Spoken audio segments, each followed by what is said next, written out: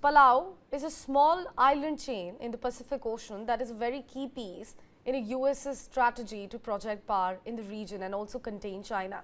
A Reuters special report has now uncovered how individuals and groups linked to China are waging an intense influence campaign with money and land over there. We've just arrived in Palau, a small island chain on the far edge of the Pacific Ocean. It bills itself as a pristine paradise. Its 300-odd islets boast beautiful beaches, lush vegetation, and you can frequently hear the crow of roosters. But rusty tanks and ruined fortifications like this Japanese command center are dotted about the jungle, many the sites of bloody World War II battles. Some 12,000 US Marines were killed or injured in operations to wrest this territory from Japan in 1944. It's partly why the United States cares so much about what happens to Palau. It's a key piece of the second island chain, a string of strategically located islets that America is fortifying in an effort to deny China access to the Western Pacific. Whoever controls these spots of land can control shipping, the movement of militaries, and ultimately, who wields influence in this region. I'm Reuters correspondent Pete McKenzie, and I visited the archipelago to get a sense of what was really happening on the ground here in a geopolitical contest for regional supremacy between the United States and China. A contest that has transformed this once sleepy island nation into a hub of illegal activity. Much of that is allegedly linked to Chinese individuals and syndicates, according to intelligence reports, video footage, and land records reviewed by Reuters, as well as interviews with more than 20 diplomats and local law enforcement officials. Joel Ehrenreich is the US ambassador to Palau. What's taking place in Palau is what we've seen again in throughout the region. It's the playbook, if you will, for how China tries to use its elements of power to influence foreign countries. China says these claims are far-fetched and fabricated nonsense. The US was smearing and slandering China, the foreign ministry in Beijing told us. We've just arrived in Angar, one of Palau's most southern states, and also the site of one of the US's most important developments here, a radar station and potentially an airstrip. But there appears to be a coordinated effort underway to hamper the expansion of American military installations in the country. First, though, we need to talk about land. Land on Palau is everything, so important that foreigners can't own it outright. Instead, they can lease it for decades at a time, and those leases have proliferated, with hundreds of thousands of square meters leased by Chinese nationals in the provinces of Angar and Kyangal, two places that have something in common: US military developments. The US ambassador believes this is part of a Chinese effort to keep an eye on America's actions on the island. If you look at the map of Angar today, where we are building our over-the-horizon radar facility, all around there are various plots of land that are now being leased to Chinese interests with no development taking place. China didn't respond to specific questions we put to them about the land leases. The intrigue here goes beyond the control of land around airstrips. It seems Chinese individuals have also used land deals and donations to grow close to some in local government.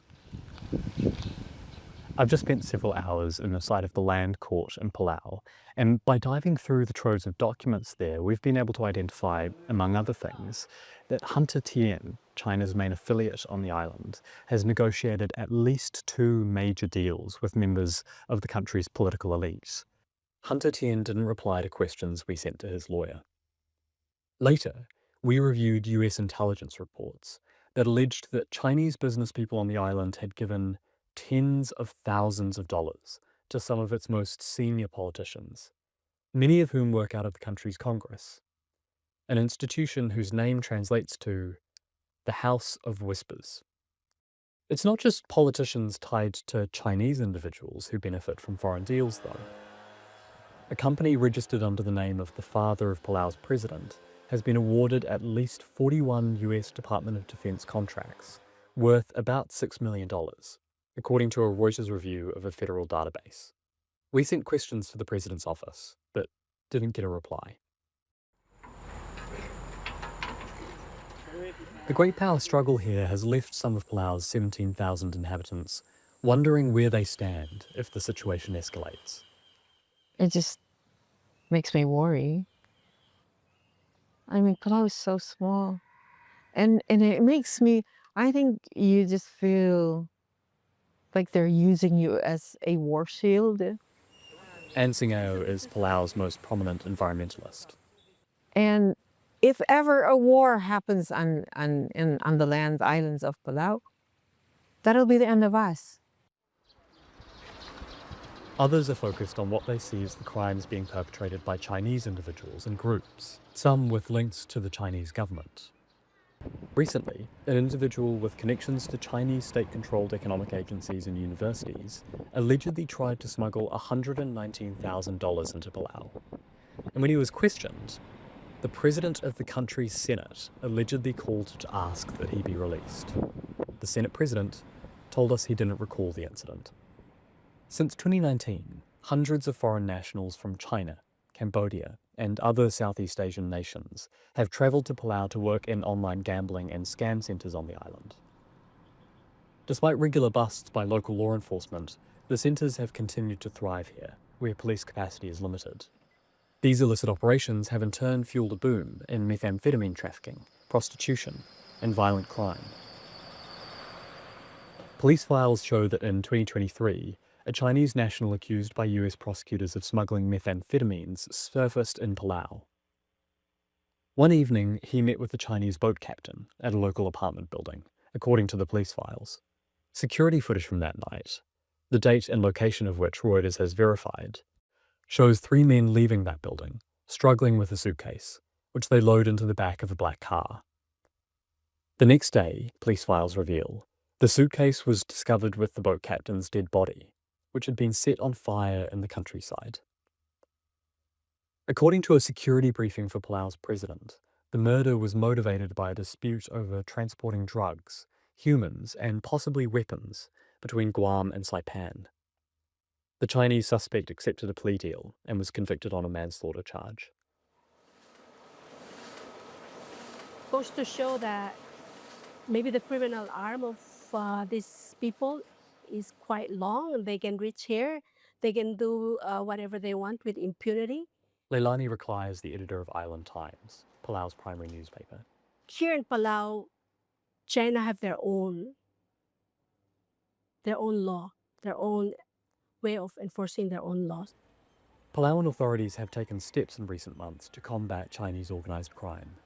In December, the president empowered his national security advisor to scrutinise visa applications and renewals by foreign nationals.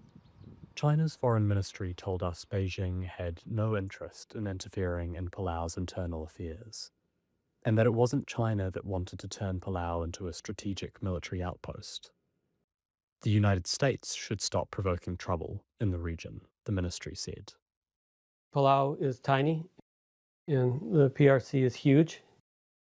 What I think we need to do is the United States and other like-minded partners to support these countries who are willing and increasingly able to stand up to that kind of threat.